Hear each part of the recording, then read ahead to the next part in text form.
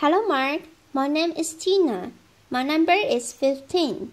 I'm a sophomore at NCUE.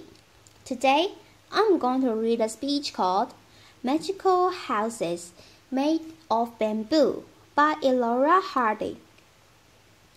When I was 9 years old, my mom asked me what I would want my house to look like, and I drew this very machine, and then she actually built it. Later, I don't think I realized this was so unusual at the time, and maybe I still haven't, because I'm still designing houses. This is a 6-story bespoke home on the island of Bali. It's built almost entirely from bamboo. The living room overlooks the valley from the 4th floor. You enter the house by a bridge. It can get hot in the tropics, so we make big curving roofs to catch the breezes. But some rooms have tall windows to keep the air conditioning in and the bugs out. This room we left open. We made an air-conditioned, tinted bed, and one client wanted a TV room in a corner of her living room. Boxing off an area with tall walls just didn't feel right. So instead, we made this giant woven pot. Now, we do have all the necessary luxuries like bathrooms. This one is a basket in the corner of the living room. And I've got to tell you, some people actually hesitate to use it. We have not quite figured out our acoustic isolation. Later. So, there are lots of things that we are still working on. But one thing I have learned is that bamboo will treat you well if you use it right. It's actually a wild grass. It grows on otherwise unproductive land, deep ravines, mountainsides. It lives off of rainwater, spring water, sunlight, and of the 1450 pieces of bamboo that grow around the world. We use just 7 of them. That's my dad. He's the one who got me building with bamboo, and he is standing in a clump of Dendrocalamus asper niger that he planted just 7 years ago. Each year, it sends up a new generation of shoots. The shoots, we watched it grow a meter in 3 days just last week. So we are talking about sustainable timber in 3 years. Now, we harvest from hundreds of family-owned clumps. Between us, we call it. It's really long, up to 80 meters of usable length. Try getting that trunk down the mountain, and it's strong. It has the tensile strength of steel and the compressive strength of concrete.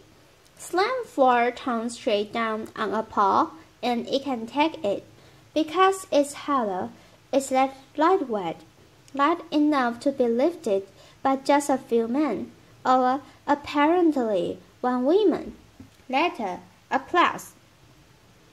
And when my father built Green School in Bali, he chose bamboo for all of the buildings on campus because he saw it as a promise. It's a promise to the kids. It's one sustainable material that they will not run out of. And when I first saw these structures under construction about 6 years ago, I just thought, this makes perfect sense. It is growing all around us. It's strong. It's elegant.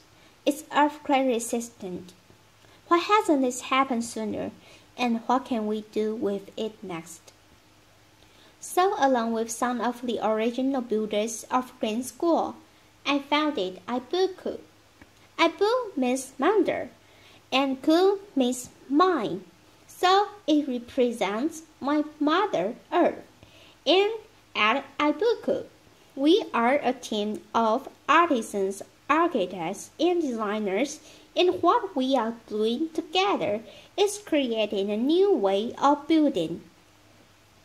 Over the past 5 years together, we have built over 50 unique structures, most of them in Bali.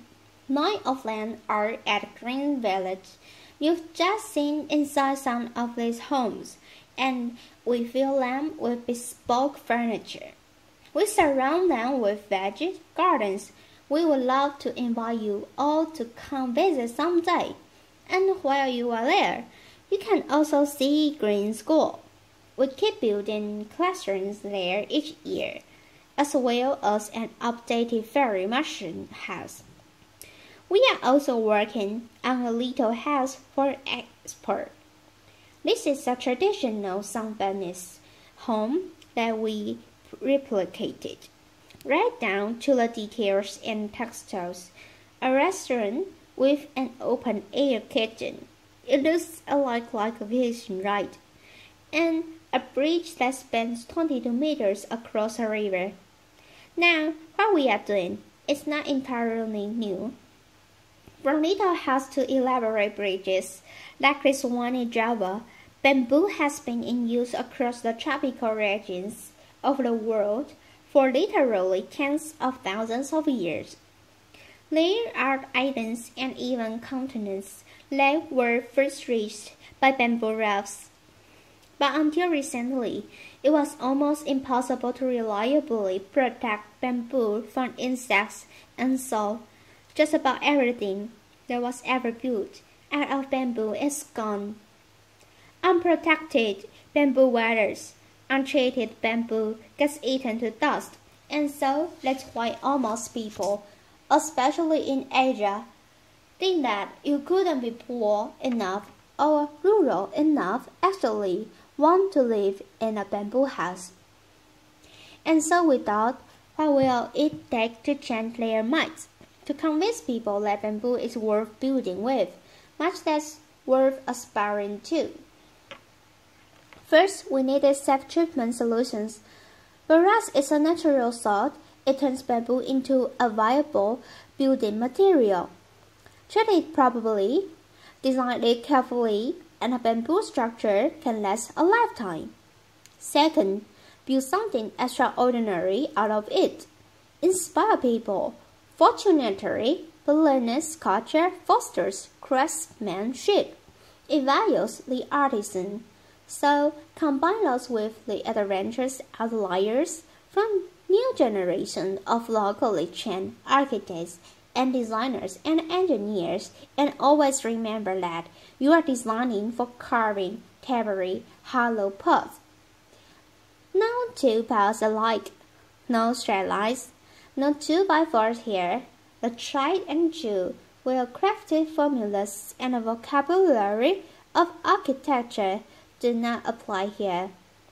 We have had to invent our own rules. We ask the bamboo what it's good at, what it wants to become, and what it says is. Respect it, design for its strengths, protect it from water, and to make the most of its curves.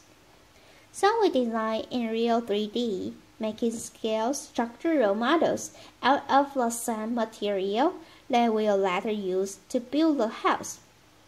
And bamboo model making is an art as well as some hardcore engineering. So that's the blueprint of the house later.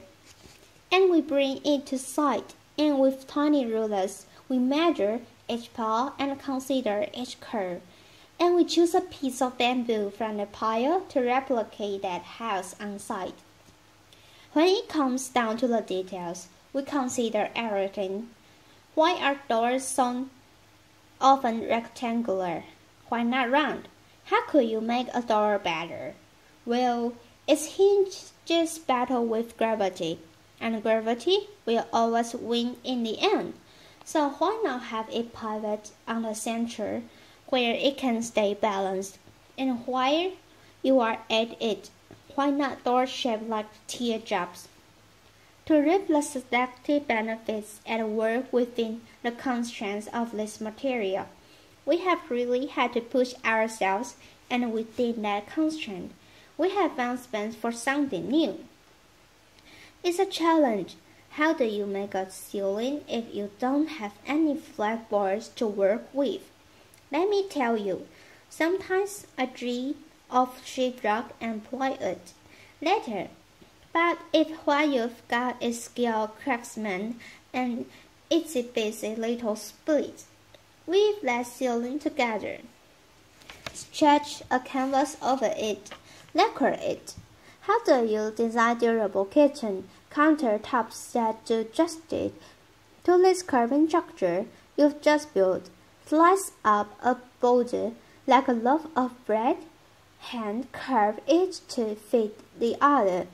Leave the crusts on, and what we are doing, it is almost entirely handmade. The structural connections of our buildings are reinforced by steel joints, but we use a lot of hand-whittled bamboo pins. There are thousands of pins in each floor. This floor is made of glossy and durable bamboo skin. You can feel the texture on the bare feet. And the floor that you walk on, can it affect the way that you walk? Can it change the footprint that you will ultimately leave on the world? I remember being 9 years old and feeling wonder and possibility and a little bit of idealism. And we've got a really long way to go. There's a lot left to learn, but one thing I know is that with creativity and commitment, you can create beauty and comfort and safety and even luxury out of a material that will grow back. Thank you. Applause.